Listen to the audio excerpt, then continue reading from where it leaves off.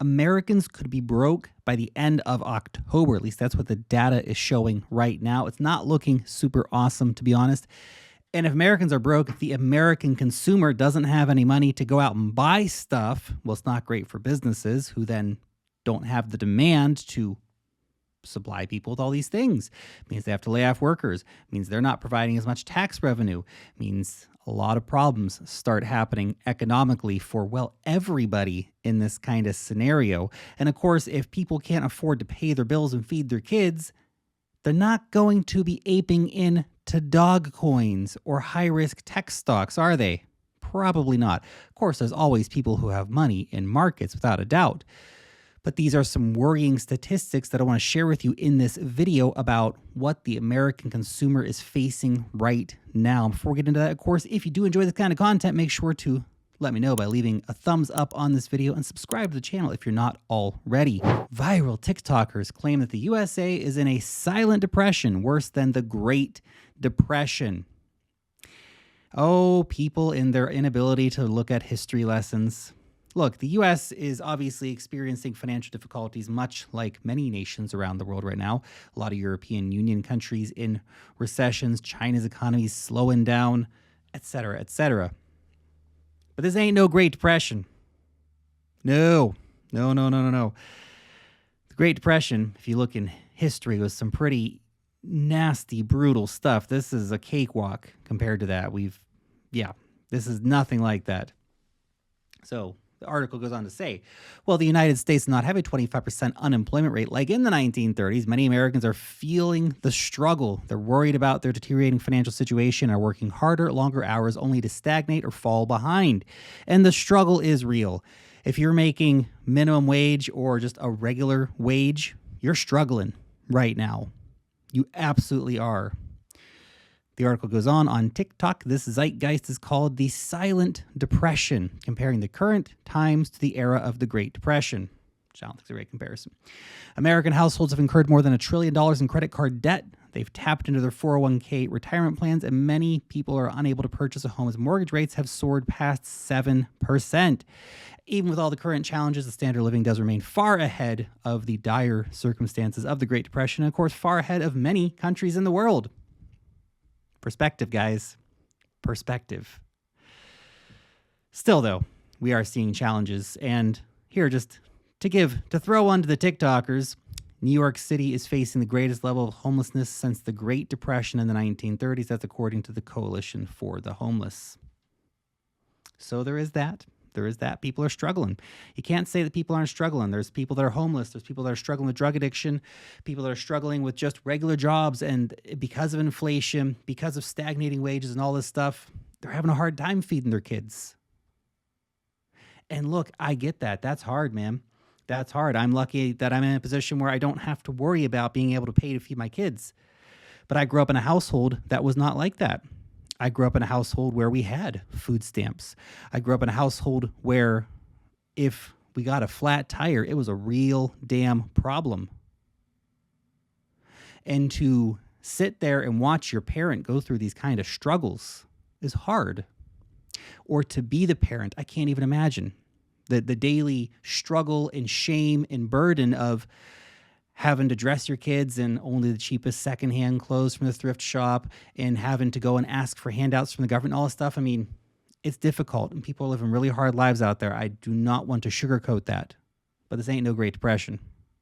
That was much worse. Let's hope and pray that we do not go down such a route. And of course, thanks to modern monetary policy from central banks, money will probably be printed in order to fend off the worst possible repercussions of these kind of events. You have to remember, back in the 1930s, things were dramatically different. The stock markets were basically completely unregulated.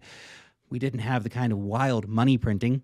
The dollar was still backed by gold back then. Those were crazy times back when the US dollar was really worth something. Now it's just a piece of paper that with an IOU from the government saying, trust us, bro, we got your back. Don't trust you, bro. I don't trust you, bro. I've been around you too long to trust you. Now, let's get back over to some of these charts here. So we are seeing people struggle as well to be able to afford basic housing. So housing has become dramatically less affordable. So if we look at the mortgage payment to income ratios, they're now pushing as high as 40%. This is above the 2008 peak of 34% and by far the highest level in history. It is becoming very difficult for people to buy houses right now. Or we have this chart that shows the median sales price of a home in the USA is now 560% of the income of a median household. That's crazy, crazy stuff, man. These are not great numbers. But in spite of that crazy, U.S. new home sales have risen in the month of, July. This was an article written in August. Prices continue to fall. So prices for housing is falling. Buyers are stepping up. Somebody's got money. Just because your average person's getting hit doesn't mean that we don't still have investors. Doesn't mean that we don't still have big institutions. There's always somebody that's got money. There's always somebody who has enough saved up to buy their first home, regardless of the interest rate situation. So that is something to consider here. Also, we can take a look at this here. This is the median nominal wages versus median sales price of a house since 1970. Nominal wages have increased by 770% since 1970. Median sales prices for a house have increased 1,610%. That's including the current pullback in the market that we are seeing here. So we've seen a dramatic increase in the price of houses compared to what people have been earning. And yet again, people have money. U.S. auto sales rising in August on increased vehicle supply and strong demand. So you keep hearing all this negative stuff about the economy. Everything's about to go to crap. People buying houses, people buying cars. But for how long is the question? Now, I want to share this with you, too. If you are a cryptocurrency investor, you're interested in investing in the cryptocurrency space, then you've got to get signed up to my newsletter. It's called Wealth Mastery. It is the best damn crypto newsletter out there. It will keep you up to date on everything happening in the crypto space. We cover altcoins, alpha on altcoins, the latest news in the cryptocurrency industry, NFTs, decentralized finance, weekly cryptocurrency technical analysis, and altcoin reviews, and much, much more. You can sign up for free and join our 75,000 weekly readers by using the link down below in the description. Thank you. Now let's talk about the inflation. This is the thing that's getting everybody a bit spooked right now. Inflation's coming back, baby, and that's not a great thing. Headline CPI is expected to have spiked higher in August. Now, by the time you're watching this video, the inflation information may have just come out, so we'll know for sure. But right now, it's expected to have jumped by 0.6% in August, basically a triple of the pace of July's 0.2% increase. That's a big jump. Now, what's to blame for higher inflation?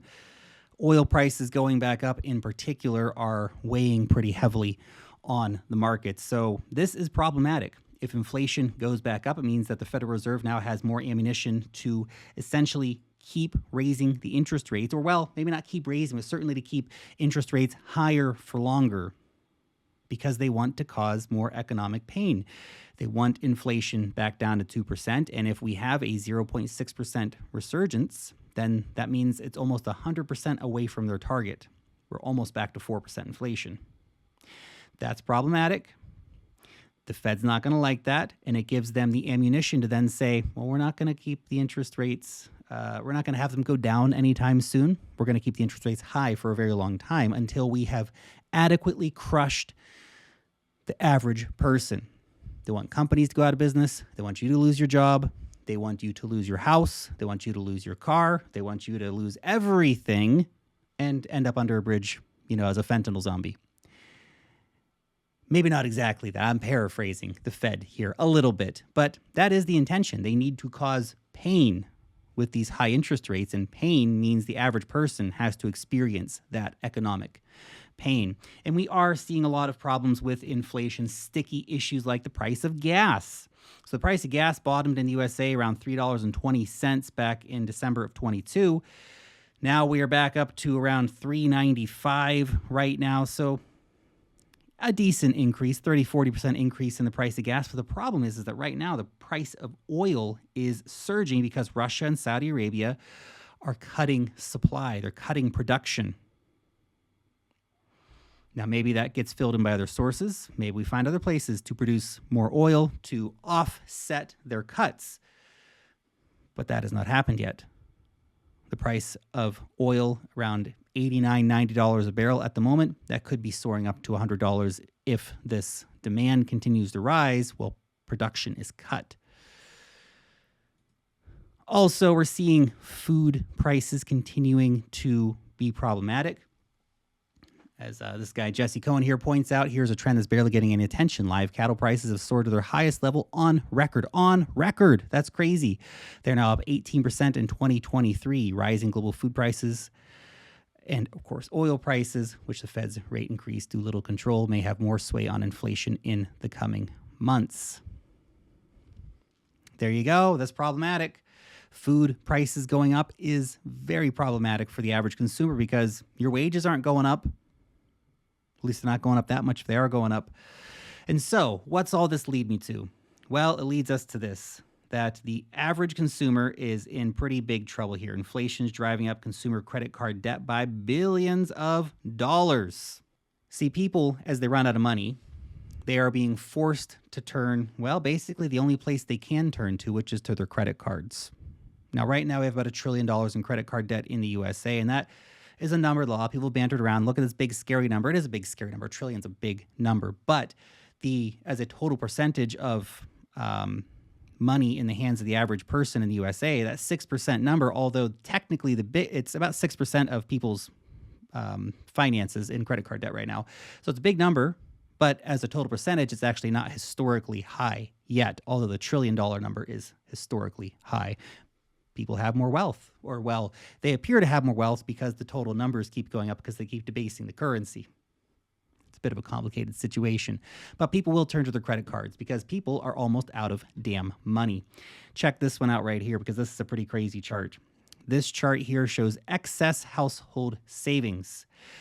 In the USA, savings have fallen for 23 months straight. Now, this comes back to the title of the video. Americans are going to be broke by October 30th. This shows that on average, since 2022, Americans have been taking $100 billion per month out of their savings in order to get by. That's because of inflation. Things cost more. They're having to spend more of their savings in order just to make ends meet. Currently, they have about $190 billion. So that means there's less than 2 months left. That's according to the San Francisco Federal Reserve. They say that household savings will be depleted this quarter. So Americans are about to be broke. They're running out of money. And when they're broke, then they start putting more money on the credit cards. That $1 trillion number could balloon to $2 trillion real quick like. And that becomes very dangerous for the average consumer because credit card debt, 20% on average, that's a lot. That's a lot of money. People are going to start owing to the banks. That just slows everything down. Discretionary spending, investing in dog coins, all that kind of stuff slows down dramatically from the average person. Again, there's always people who have money, always people who can invest, always people who are going to buy Bitcoin and tech stocks and the S&P 500 index, and they're going to have money to buy real estate. But that's not most people. But most people never do that anyway. So maybe we'll end up being okay. Let me know your thoughts on all this down below in the comments section. Thank you for watching. I'll see you next time.